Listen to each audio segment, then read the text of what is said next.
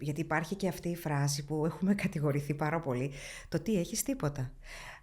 Αυτό όμως δεν είναι χαρακτηριστικό των γυναικών. Όχι, και Απλώς είναι κάτι που απλώς μας το έχουν φορέσει σαν φράση. Ναι. Και είναι πολύ τρομακτικό όταν το κάνουν οι άντρες αυτό. Δηλαδή, έχοντας βιώσει μια πολύ κακοποιητική σχέση με έναν νάρκισσο, με έναν άνθρωπο που έπασχε από ναρκισσιστική διαταραχή και μετά, αφού τον χώρισα, μπήκα στη διαδικασία, διάβασα, γκούγκλερα, κατάλαβα τι είναι αυτό, γιατί τον ναρκισσισμό παλιά τον θεωρούσαμε ότι είναι σαν το στρουμφάκι το μελένιο που κοιτάζεται στον καθρέφτη και λέει τι όμορφος που είμαι. Δεν είναι αυτό ο ναρκισσισμός, τείνει να γίνει μάστιγα. Και είναι ένα πολύ χαρακτηριστικό στοιχείο αυτό η τιμωρητική σιωπή που λέμε. Που καταλήγεις μετά να χοροπηδάς μέσα στο σπίτι στην κυριολεξία για να του τραβήξεις την προσοχή και να ασχοληθεί μαζί σου, να τον ρωτήσεις τι έχει μαζί σου. Και πρέπει να βγαίνουμε πολύ γρήγορα από αυτό. Γιατί είναι ζήτημα ψυχολογικής βίας που για μένα είναι εξίσου σοβαρή και επώδυνη με την σωματική. Φυσικά. Έχουμε λοιπόν γυναίκες σήμερα, οι οποίες είναι από 20 χρονών, ας πούμε, μέχρι 25. 21 μάξι, Σε και 25, ναι, 21, σε 27, ναι. έχουμε εγώ. 21 μισό. Έχουμε λοιπόν γυναίκες, οι οποίες ναι δυσκολεύονται, ναι αντιμετωπίζουν στερεότυπα, ίσως να έχουν και ανταγωνισμό πολύ και από άλλες γυναίκες και από άλλους άντρες και δεν έχουν μάθει και να διαπραγματεύονται, αλλά με κάποιο τρόπο θέλουν να μπορέσουν. Θέλουν να τα πάνε καλύτερα. Ξυπνάνε το πρωί και λένε πείτε μου πώς. Ψυχοθεραπεία. Ωραία, ένα εργαλείο. Ένα εργαλείο λοιπόν, Βασικό. ψυχοθεραπεία. Το προτείνεις και εσύ, Αστερόπη, γιατί διάβασα 2 βιβλία σου και δεν έχω καταλήξει ποια είναι η σχέση σου με την ψυχοθεραπεία. Κι άλλο podcast. Υπήρχαν σημεία που έλεγαν ναι, την αγαπάει την ψυχοθεραπεία, Αστερόπη. Υπήρχαν άλλα σημεία που λέει μας κράζει τώρα, τι κάνεις. Πες μου τελικά που κατέληξες. Ακόμα δεν έχω καταλήξει, είναι η αλήθεια. Έκανα πολλά χρόνια, έκανα 6 χρόνια ψυχοθεραπεία, πριν γίνει της μόδας, πιο παλιά, δηλαδή το 2004 ξεκίνησα και τότε ήταν πολύ μεγάλο ταμπού η ψυχοθεραπεία. Νομίζω ο Ήρβιν Γιάλομ την έκανε μόδα στην Ελλάδα με το όταν έκλαψε ο Νίτσε και απενοχοποιήθηκε και από εκεί που το κρύβαμε μετά βλέπαμε ένα τον άλλο στον δρόμο και λέμε «Τι κάνεις, καλά, πάω στο ψι μου». Και έγινε πολύ trendy μετά και όλοι ξαφνικά έχουμε έναν ψι και λέμε «Ο ψι μου είπε αυτό, ο ψι μου είπε εκείνο». Συγγνώμη, σαν ψι να σου πω, δεν λέτε τι σας είπε ο ψι, λέτε τι νομίζετε ότι σας είπε ο ψι. Καλά, και αυτό το συζητάμε συνέχεια με τους φίλους μου. Κάνουμε τις ερμηνείες μας. Τι θα λένε ότι τους είπαμε. Τα διαβάζουμε με έναν τρόπο, τον δικό μας τρόπο. Πήρα πολλά πράγματα, με βοήθησε πάρα πολύ να σταθώ στα πόδια μου, με βοήθησε να στέκομαι πιο γρήγορα, δηλαδή αυτό που λες με την επόμενη μέρα, άντε με τη μεθεπόμενη, να μην είμαι στα πατώματα και να συνεχίσω. Και το πιο σημαντικό, αυτό που είπες για την μικρή Ιωάννα, εμένα αυτό με συμφιλίωσε με το μικρό παιδί που έχω μέσα μου, γιατί για πολλά χρόνια θεωρούσα ότι αυτό το μικρό κοριτσάκι μου δημιουργεί όλα τα προβλήματα.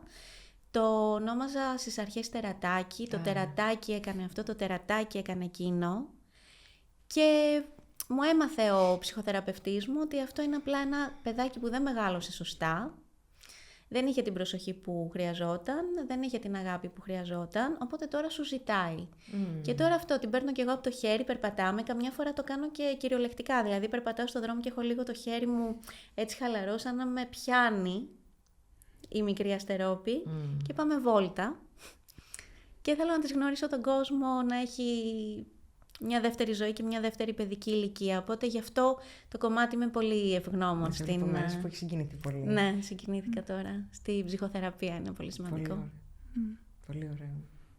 Εσένα, Ιωάννα, τι δώρα σου έκανε η ψυχοθεραπεία? Νομίζω ότι το μεγαλύτερο δώρο ήταν να αναλάβω την ευθύνη του εαυτού μου.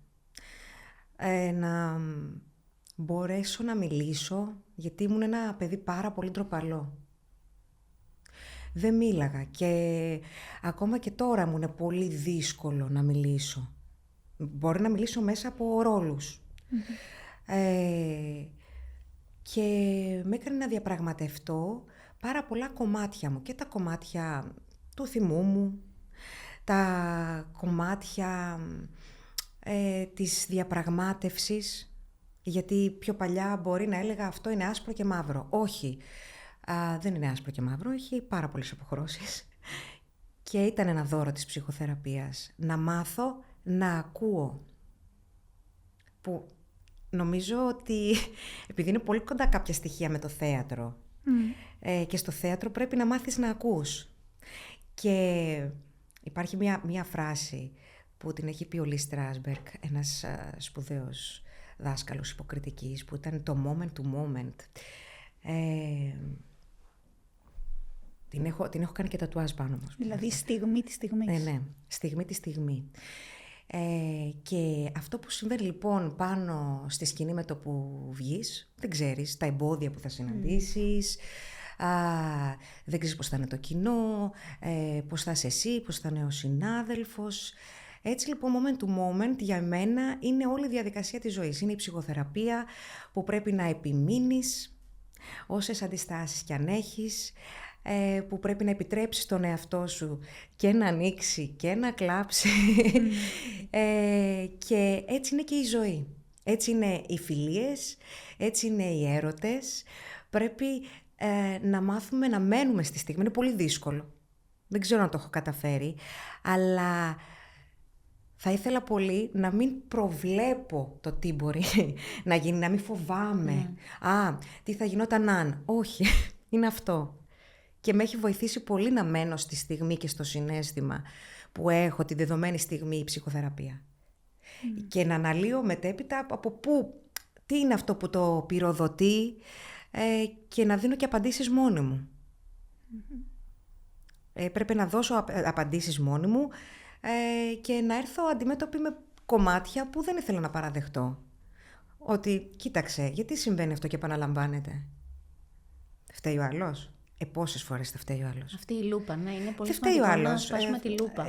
Ούτε κι εγώ φταίω ίσως, αλλά ναι, υπάρχει μία πάλι και μία επανάληψη επίσης, και μέχρι να ξεπεράσεις κάποια δικά σου εμπόδια, έχει πάρα πολύ πόνο και κλάμα και ματέωση επίσης η θεραπεία, και είναι πολύ σημαντικό όταν έχεις βρει και έναν καλό ψυχοθεραπευτή να επιμείνεις, γιατί πολλές φορές αισθανόμαστε ότι όχι, αλλά εκεί νομίζω εσύ ξέρεις καλύτερα, γίνεται η μεγαλύτερη μετακίνηση. Ναι. Εγώ τους λέω πάντα και στους ακροατές να εμπιστεύονται πολύ τα ενστικτά τους. Ναι. Αν κάτι τους κλωτσάει πολύ, αυτός ο θεραπευτής δεν είναι για σένα. Δεν έγινε τίποτα. Δεν σημαίνει ότι η ψυχοθεραπεία σαν διαδικασία δεν είναι για σένα. Δεν σου τέριαξε αυτή η προσέγγιση, δεν σου τέριαξε αυτός ο άνθρωπος. It's okay. Δοκίμασε κάτι διαφορετικό. Επίσης δεν λειτουργεί και για κάποιους ανθρώπους. Μπορεί να μην θέλουν να κάνουν ψυχοθεραπεία, έτσι. Δεν είναι μόνος δρόμος. Κάποιος τους κάνει και χειρότερα. Να το πω εγώ και αυτό. Δεν το ξέρω αυτό. Εσύ είσαι ειδικός, εγώ δεν το ξέρω αυτό. Σκέψου έναν Άρκισο, ας πούμε, που μας έλεγε πριν Αστερόπη.